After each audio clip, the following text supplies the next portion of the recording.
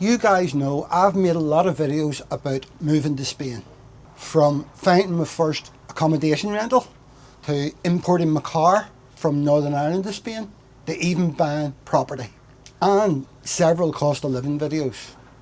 And if you have watched them, you'll know I love living here and I do very few, or say very few, negative things about Spain.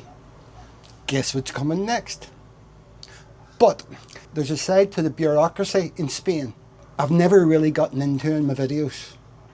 And it's this: Spain is different. Not much worse than a lot of other places, but definitely different. And here's the thing, if you're thinking of moving here, you're better knowing the stuff that I'm going to tell you now.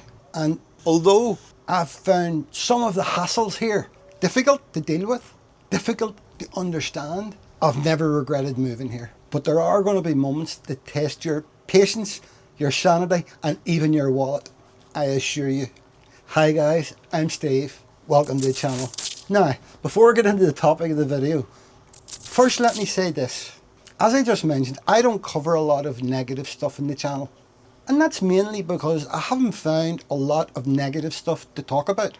But there are some things that have happened to me more recently. And in the name of balance, I think it's only right that I tell you a few unavoidable facts about moving and living in Spain that you may not be aware of. And the hoops that you have to jump through to get official things done sometimes.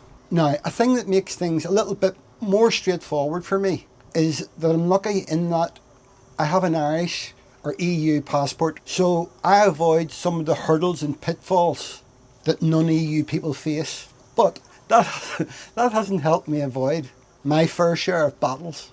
Now, obviously, we're in Spain, so if you don't speak Spanish, language is going to be a barrier. And when you're doing official stuff, it really does complicate things. But what I'm going to talk about isn't about the language barrier. It's about how I overcame the language barrier. And it's about how things are done here. Government agencies, solicitors, the police, they often work in a way that, for example, for someone from the UK or Ireland or most parts of Northern Europe, that they're sort of stuck in the 1980s. And the truth is, Spanish people most of the time don't see it, because it's their normal. It's what they've been brought up to understand. They don't realise that getting things done here can be much harder than in a lot of other places. That's just culture, it's just the way it is. But expats, people like me, have to realise we're the ones coming into Spain, coming to their country. It's up to us to fit in. So I've decided to do this video because the more you understand what to expect, the easier it will be. A wee note, I think I mentioned this at the start. You don't have to do everything yourself. You can pay to have the bulk of the paperwork done for you. But even if you do pay a solicitor or an agent or whoever, you still have to jump through hoops for some of the things. I can't imagine how I would have got everything done if I hadn't used a solicitor, although I'm going to complain about them.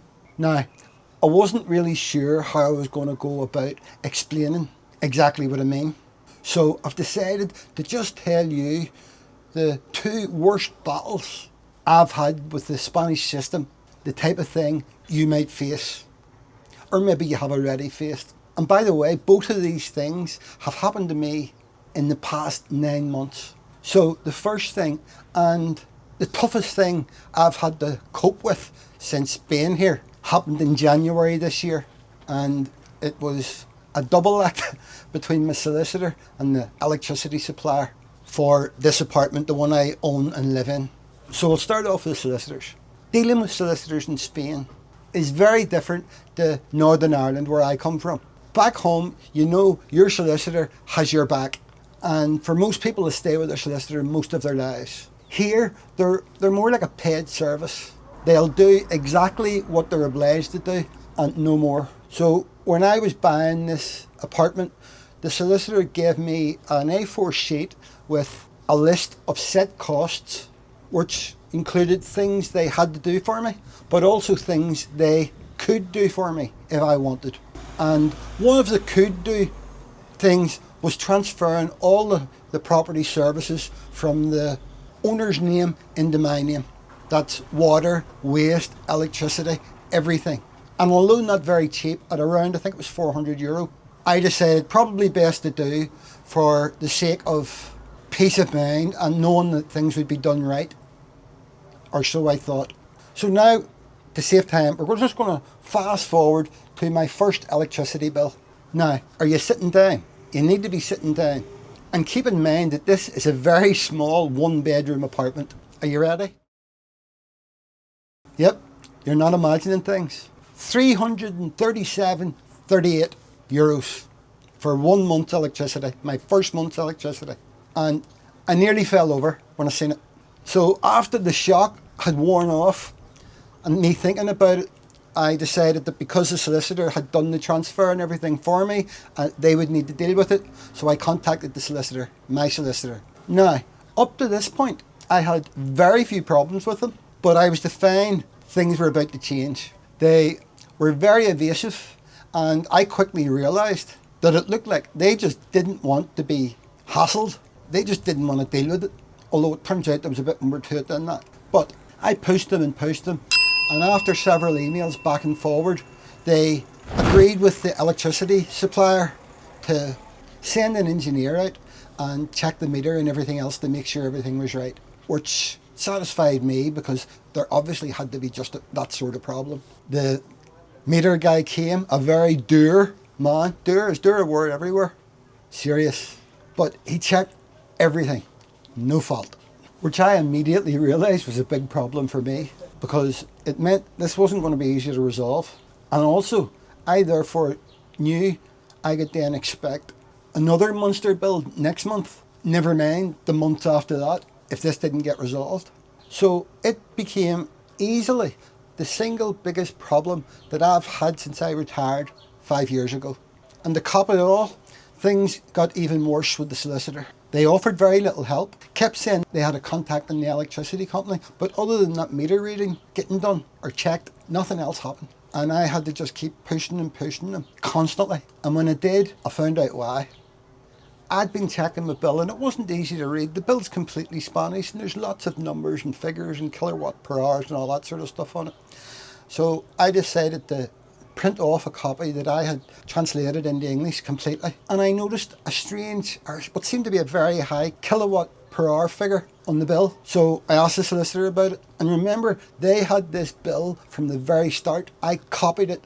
I think first time I contacted them, they had a copy, right? That's important to remember. And they didn't immediately get back to me. And after more time of me chasing them, they finally admitted the truth. They said that when a property changes hands in Spain, the new property owner inherits the previous property owner's agreed tariff, and it's up to the new owner to renegotiate the new rate or a better rate. So they knew this from day one. They had my bill from the start, but they didn't mention it. They said nothing. And what made this worse, by this stage now, by the time I found this out, we were into another month of the high bills, and I did get another over €300 bill. So they knew exactly what I'd been dropped into, and all they did was insist nothing to do with them, not their responsibility. They only get paid to transfer the names over.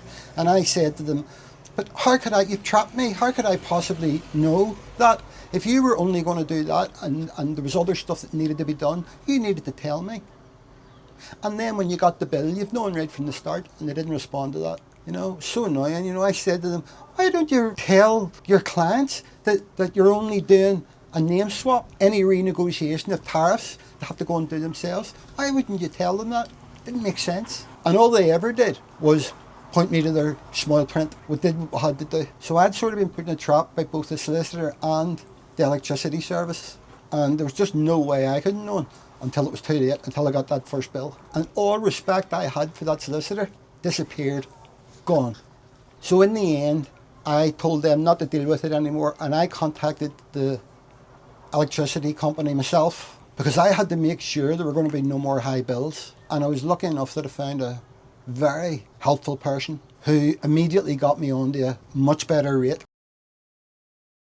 Yep, you're seeing right. That was the next month, the third month, and my bills are all in that range. But still, I had to pay those two bills. They would not refund me any of the money. And just to finish this story, because it's been very critical of my solicitors, but shame on Iberdrola, the electrical company, I probably didn't pronounce that properly, for charging anyone 6 times the normal rate. It's shameful and it should be illegal. Right, got that one off my chest. But terrible. Lesson learned, and a hard lesson at that. So when you're here and you're paying a solicitor, an agent, anybody to do anything for you, make a list before you deal with them of every conceivable question you can think of or that you need to ask before you sign or pay for anything. Now, number 2, my second biggest one was to do with my residency application late last year. And this started before the electricity fiasco. So I was still using the same solicitor. So one of the quite old-fashioned quirks here is that almost nothing can be done completely online. And quite a few things, no online whatsoever. So it took months to arrange an appointment with the police, who are the people who deal with anyone applying for residency. So in the meantime, I had to gather a mountain of documents: passport, property deeds, a pardon from the local council, 1 year's private health insurance certificate that had to be paid up front, proof of a certain amount of funds in my Spanish bank account. So lots and lots of paperwork to get together and have correct. And then, this is so Spain, just before the appointment, I had to go to any Spanish bank, but importantly before 10 a.m. any morning, not further away than 3 days from the appointment, and pay the €12 fee. Why that couldn't be handed to the police when I was going to be there, I don't know. Why I have to go before 10 o'clock, I don't know. And I think you can do it on the ATM, but I didn't bother trying. Anyway, then the day came in March, I think it was. March past. And the appointment was at a police station, would you believe, 100 kilometres away. So I drove there first thing in the morning, queued up, eventually get in. And the officers weren't exactly friendly. In fact, my appointment felt like an interrogation. And the whole way through, he seemed like he was trying to catch me out. He questioned every single document. It was completely ridiculous. But in the end, granted my residency. So I was over the moon. I drove home, a very happy man. But the joy didn't last long. The next morning, my solicitor emailed me. I had sent them a copy. My solicitor emailed me that the date of birth they had put on my residency card was wrong. 8 digits on it, and he got one of them wrong. And that made my card invalid. But I thought, surely my solicitor can just phone them up and have them corrected, sent me a new card. Nope, this is Spain. I had to start from scratch. Seriously, reapply. I had to gather most of those documents again. I didn't have to prove I had money in the bank this time. The solicitor, in the end, made a new appointment, which was a couple of months away. Turned out this time to a different police station that was 80 kilometres away. And I had to sit through another interrogation. And yes, do you know, I even had to go in the 3 days leading up to it to a bank again before 10 a.m. in the morning and pay €12 for the appointment to go and get a card because the guy at the previous appointment wrote the date of birth down wrong and I had to pay for it. So as you can imagine, it was very trying. But you just have to accept that this is normal kind of stuff and people put up with it. It's just the way it is. And like a lot of other countries, there are just ways things are done. And they're not always quick, they're not always logical or fair, but it's just the culture. It's part of life here. And it's funny, anyone who watches this channel knows that I love Thailand. I would love to live in Thailand. And I'm never negative about it, but apparently it's exactly the same when it comes to bureaucracy. So there you go. If you're moving here, you just got to accept that stuff like that happens. Expect delays. Expect moments where you'll feel like pulling your hair out. You know, you just have to accept this is the way it works. And the sooner you do, the less. I thought I was on top of stress of things happening, but that was quite difficult. But I think if it had happened to me when I came here 3 years ago, it would have been an absolute nightmare because I didn't know. At least you now know, if you didn't already. And for me, even after all of these sort of things, and this isn't what happens with everything, I wouldn't change anything that I've done. Living here is absolutely worth the few hassles I've been through. But of course, the more you know before you have to go through it, the better prepared you'll be. And if you take one thing away from this video, it's this, and I've mentioned it. Ask every question you can think of before paying anyone to do something for you. It might just save you a lot of grief and a lot of cash.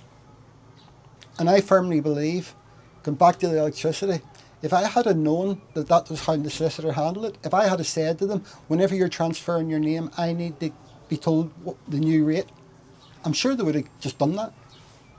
But because it wasn't part of their small print, not our responsibility. So yes, moving to Spain comes with a set of bureaucratic hurdles that if you're from Ireland, England, Northwestern Europe, you're not going to really be used to. Some will cost you time, some will cost you money, and some will test your patience. But as I said, we always have to remember that we're the guests here, and it's our job to fit into their culture, not the other way around. And once you do, you'll find that these frustrations fade into the background, and you can just get on with enjoying the life that you came here for.